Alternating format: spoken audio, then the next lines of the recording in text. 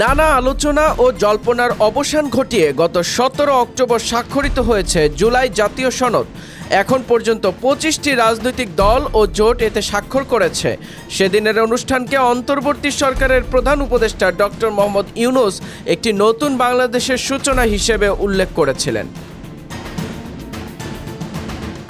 জীবন অবাক না করলে কে করবে? 28% মিল্ক ফ্যাটের অবাক করার সাথে ফ্রেশ মিল্ক পাউডার। জীবন অবাক করুক প্রতিদিন। তবে সনদে স্বাক্ষরের পরও দলগুলোর মধ্যে মতভিন্নতা কাটেনি, বরং পরিস্থিতি আরও জটিল আকার নিয়েছে। একদিকে জাতীয় ঐকমত্য কমিশন জুলাই সনদ বাস্তবায়নের রূপরেখা নিয়ে বিশেষজ্ঞদের সঙ্গে বৈঠক চালিয়ে যাচ্ছে, অন্যদিকে অন্তর্বর্তী সরকারের নিরপেক্ষতা নিয়ে প্রশ্ন তুলছে বিএনপি, জামাত ও এনসিপি সহ কয়েকটি দল। সম্প্রতি 3টি রাজনৈতিক দলের শীর্ষ নেতারা প্রধান উপদেষ্টার সঙ্গে বৈঠক করে নিজেদের অবস্থান তুলে ধরেন। এতে স্পষ্ট হয় দলগুলো এখনও এক ছাতার নিচে আসতে পারেনি। জামায়াত বলছে তাদের দাবি না মানলে তারা নির্বাচনে যাবে না। এনসিপি জানায় শাপলা প্রতীক না দিলে তারা নির্বাচনে অংশ নেবে না। অন্যদিকে বিএনপি নির্বাচন কমিশনের নিরপেক্ষতা নিয়ে প্রশ্ন তুলেছে এবং প্রশাসনে রদবদলের দাবি জানিয়েছে।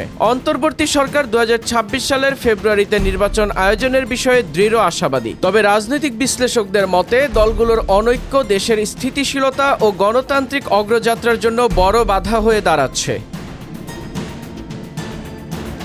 ঢাকা বিশ্ববিদ্যালয়ের রাষ্ট্রবিজ্ঞানের অধ্যাপক কাজী মোহাম্মদ মাহবুবুর রহমান বলেন, জুলাই সনদে স্বাক্ষর মানেই একটা রাজনৈতিক ঐক্য হয়েছে, কিন্তু প্রতিদ্বন্দ্বিতার রাজনীতি থাকবেই। দলগুলো এখন নিজেদের অবস্থান টিকিয়ে রাখতে রাজনৈতিক মাঠ গরম রাখছে। তিনি আরও বলেন, শেষ পর্যন্ত দলগুলোকে এক বিন্দুতে এসে একমত হতেই হবে। গণভোট ও নির্বাচন একই দিনে করলে ঝুঁকি কমবে। রাজনৈতিক মহল বলছে এখন সময় সব দলকে জুলাই সনদের প্রতি শ্রদ্ধাশীল থেকে সংলাপে বসার, অন্যথায় রাজনৈতিক অনৈক্য আরও গভীর হয়ে দেশের অগ্রযাত্রা বাধাগ্রস্ত হতে পারে।